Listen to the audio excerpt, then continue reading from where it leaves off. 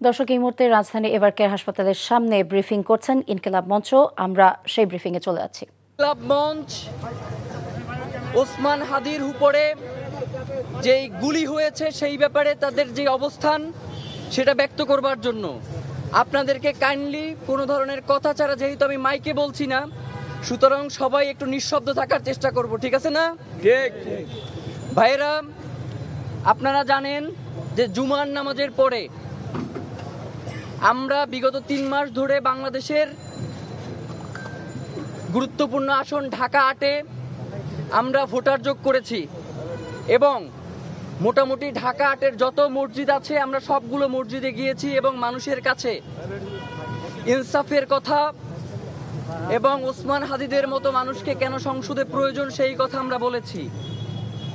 তো আজকেও তার ধারাবাহিকতায় ওসমান হাদি ভাই এবং তার টিম ঢাকা 8-এর বিভিন্ন মসজিদে আজকে ভোটার যোগে গিয়েছিলেন।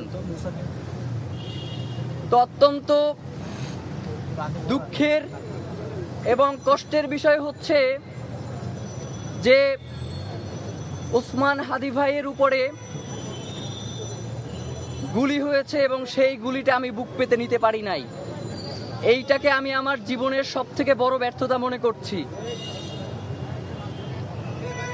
একটা কথা বলি যে বাংলাদেশের গোয়েন্দা সংস্থা এবং যারা আইন শৃঙ্খলা রক্ষায় কাজ করেন তাদের কাজ কি ইনকিলাব মঞ্চ কখন সিসিটিভি ফুটেজ সংগ্রহ করে দেবেন সেইটা থেকে তারা কাজ করবেন, এই দায়িত্ব কি তাদের? নাকি গোয়েন্দা সংস্থা থেকে শুরু করে যারাই আইন শৃঙ্খলা রক্ষায় নিয়োজিত আছেন তারা উল্টো খুঁজে বের করবেন এই খুনিকে, তাদের যেই প্রক্রিয়া আছে তার মধ্য দিয়ে? সেই দুপুর থেকে এখন পর্যন্ত আমাদেরকে বারংবার ফোন করছেন সিসিটিভি ফুটেজের জন্য, যেটা আমাদের নিজেদের কাছেই লজ্জা লাগে যে বাংলাদেশের গোয়েন্দা সংস্থার এই হাল। আমরা বলতে চাই যে বাংলাদেশে অন্তর্বর্তীকালীন সরকারকে সবচেয়ে যদি কেউ বকাঝোকা করে সেটা ওসমান হাদি। আবার এই অন্তর্বর্তীকালীন সরকারকে যদি বুক দিয়ে কেউ আগলে রাখে সেটাও এই ওসমান হাদি। ওসমান হাদির থেকে কেউ এত কণ্ঠ নিয়ে, এত জোর দিয়ে, বুক দিয়ে এই ইন্টারিমকে আগলাইয়ে রাখতে পারে নাই।